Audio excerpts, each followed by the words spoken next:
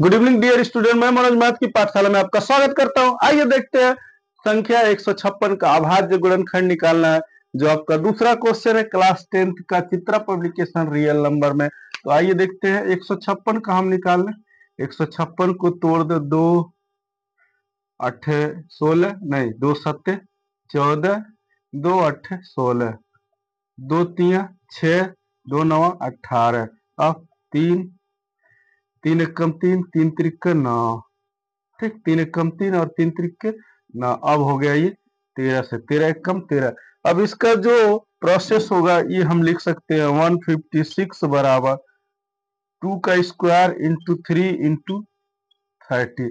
इसमें यानी 2 का स्क्वायर 3 इंटू 30 जो है 2 का स्क्वायर 3 इंटू 30, यानी B option is right answer. Channel को लाइक कीजिए, सब्सक्राइब कीजिए, बेल आइकन प्रेस करना ना भूलिए। Thank you.